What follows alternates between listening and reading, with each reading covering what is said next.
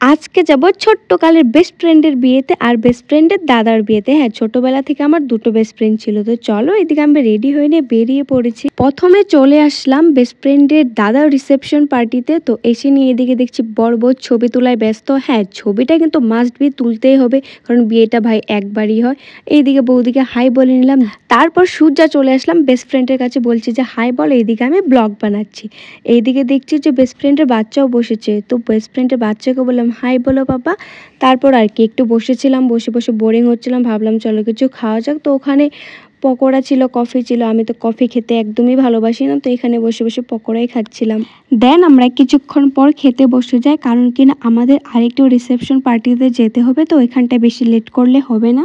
আর এই প্রথমবার আমি কোনো বিয়ে বাড়ি হোক বা রিসেপশন, যে কোনো নিমন্ত্রণ বাড়ি হোক, যে প্রথমবার আমি এসে নিয়ে প্রথম বৈঠকে খেতে বসেছি।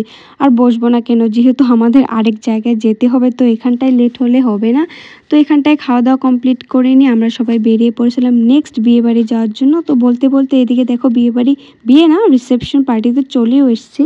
এইদিকে আসার পর ছোট্ট ছোট্ট বোনদের সাথে দেখা হয়ে গেছে, তো ওদেরকে হাই বলে নিয়ে সোজা চলে আসলাম ব্রাইড আর গ্রুমের সামনে। এই হচ্ছে আমার একদম ছোট্টকালের বেস্ট ফ্রেন্ড, আমরা ক্লাস 1 থেকে একসাথে পড়াশোনা করেছি। তো তোদেরকে জানাই হ্যাপি ম্যারিড লাইফ, তোরা খুব সুখে শান্তিতে সংসার কর। আর এইদিকে চলছিল ফটোশ্যুট, তো আমি বসে বসে ফটোশ্যুট দেখছিলাম। তারপর চলে আসি খেতে। আর হ্যাঁ হ্যাঁ, আমি কিন্তু দুটো জায়গায় একদমই খাইনি, জাস্ট একটু একটু খেয়েছি ভিডিও করার জন্য।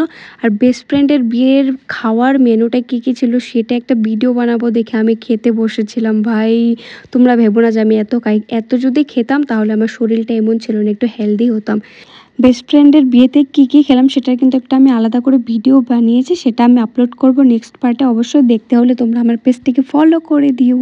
তারপর আমরা ওখানটায় কিছু সময় আড্ডা দিয়ে নিয়ে বেরিয়ে এসেছিলাম, যেহেতু আমাদের বাড়ি আসতে না হলে অনেকটাই লেট হয়ে যাবে। আমরা টোটোতে আধা এসেছিলাম, তারপর দেখলাম যে এদিকে গেট পাটটা বন্ধ করে দিয়েছে, মানে রাত্রি 7টা থেকে সকাল 6টা নাগাদ বন্ধ থাকে। তারপর ওই দিকটা আবার ঘুরে আসতে হবে, তার জন্য আর লেট করব না। তো আমরা ওখানটা একটু হেঁটে হেঁটে চলে আসলাম। তো ভিডিওটি অবধি দেখো, আরেকটা ভিডিওতে সবাইকে বাই।